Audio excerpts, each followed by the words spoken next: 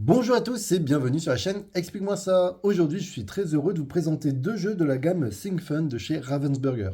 On est sur des jeux de casse-tête et de logique. L'auteur, c'est Mark Engelberg et Nob Yoshigara. Désolé pour la prononciation. On est sur des jeux donc de casse-tête et de logique. À l'intérieur, il y aura 40 niveaux avec des difficultés qui vont être croissantes. Vous allez voir que les deux jeux, même s'ils ont le même support, un support magnétique dans un livre, vous allez voir que la mécanique est totalement différente. Rush Hour, c'est un jeu de voiture qui est connu sur téléphone où vous avez une voiture à déplacer, enfin vous déplacez plusieurs voitures pour faire sortir une voiture, alors que là, dans Super Mario, celui-ci, il va falloir se débrouiller pour positionner les pièces que vont récupérer nos super-héros, et donc du coup, il va falloir bien calculer. Alors on va regarder de suite Rush Hour et vous allez voir comment ça se passe. Alors pour les deux jeux, ça se joue à partir de 8 ans et en solo. Vous allez par exemple prendre celui-ci, Rush Hour.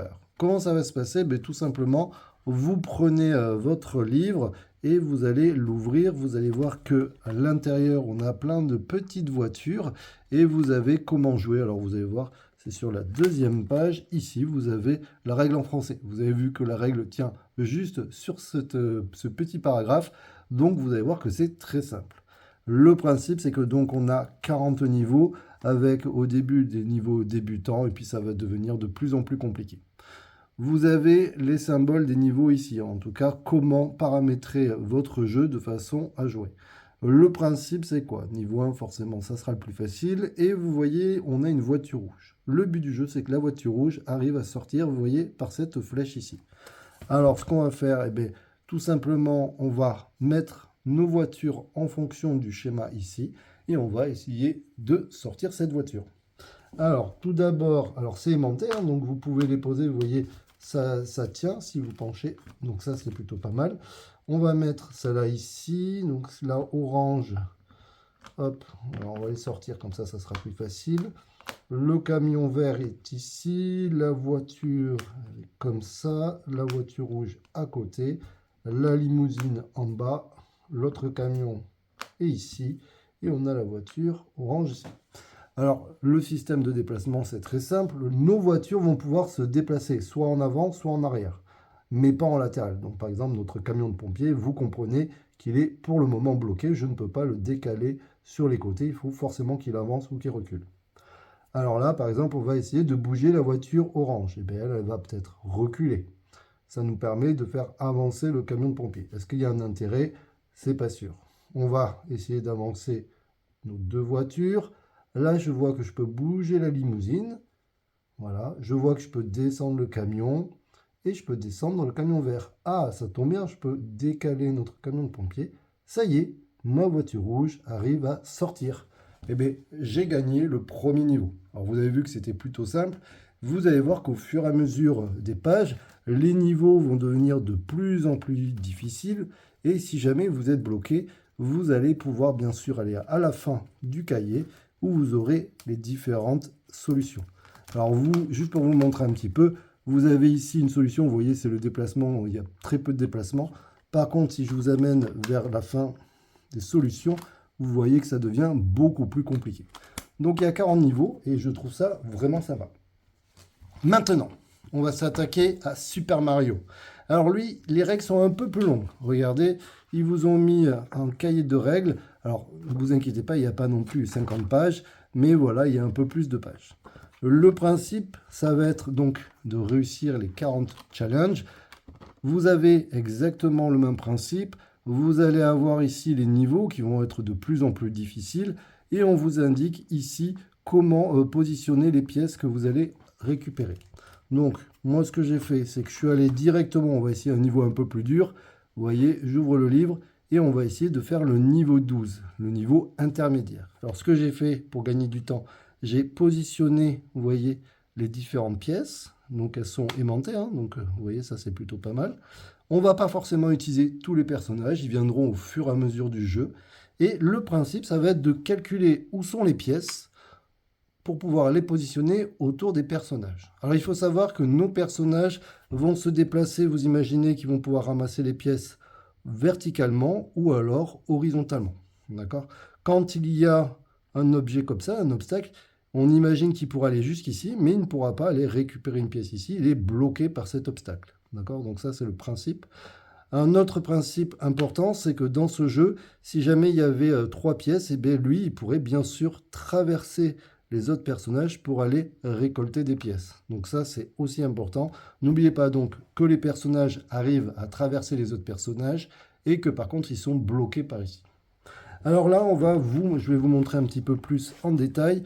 Ici, ça nous indique les personnages, combien ils peuvent récupérer de pièces au maximum.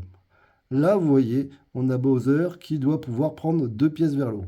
Alors on regarde, le problème c'est qu'il y a 3 cases. Alors du coup, on ne sait pas où on va mettre les pièces. Dans ce jeu, c'est comme au Sudoku, il faut réfléchir en regardant les trucs qui sont les plus faciles au début, et puis au fur et à mesure, il va falloir essayer de trouver.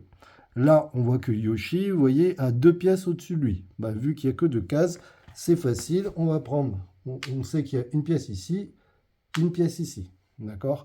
Vous ne pouvez jamais avoir 2 pièces au même endroit sur la même case. Ensuite, on nous dit qu'il y a une case vers le bas, mais qu'il y a une pièce vers le bas, mais là, c'est un peu compliqué de savoir. Pour le moment, difficile de savoir. Il y a une pièce vers la droite, mais là, encore une fois, c'est compliqué.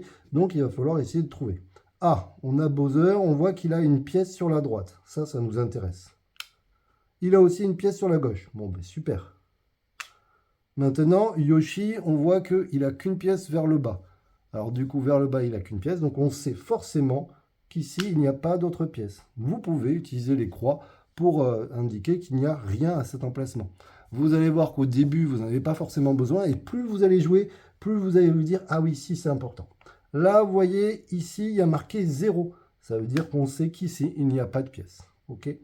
Elle en a 2 en dessous, donc elle en a déjà une, mais on ne sait pas. On sait que Yoshi en a une vers là, mais ça ne nous aide pas beaucoup. Alors du coup, il va falloir essayer de trouver où mettre nos pièces.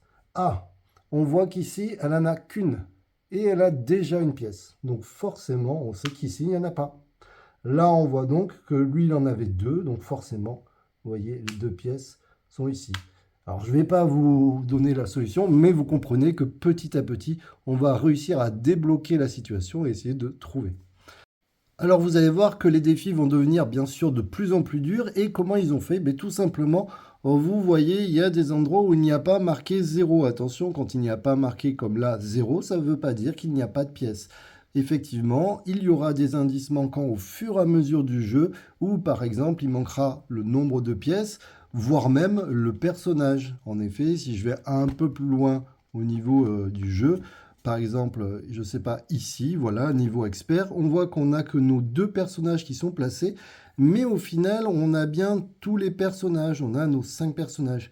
Il va falloir essayer de trouver. Alors attention, ça veut dire qu'il va falloir essayer de trouver où est Peach, où est Luigi, et ainsi de suite. Et bien sûr, il va falloir positionner les pièces. Si jamais vous êtes bloqué, bien sûr, comme dans tous les jeux, vous avez les solutions et vous allez voir que c'est plus ou moins facile. J'en ai fait énormément, j'ai beaucoup avancé. J'ai trouvé ce jeu vraiment très sympa. Et après, quand vous voulez le ranger, tout simplement, vous refermez votre cahier. Et ça fait plutôt plaisir. Hop, regardez, hop, c'est qualitatif. Voilà, en tout cas, j'ai beaucoup apprécié ces 2 jeux. J'ai vraiment, celui-là, je l'ai presque fini. Et celui-là, j'en suis aux 3/4. Et bien sûr, j'ai quand même fait le niveau expert des 2 côtés parce que j'étais curieux.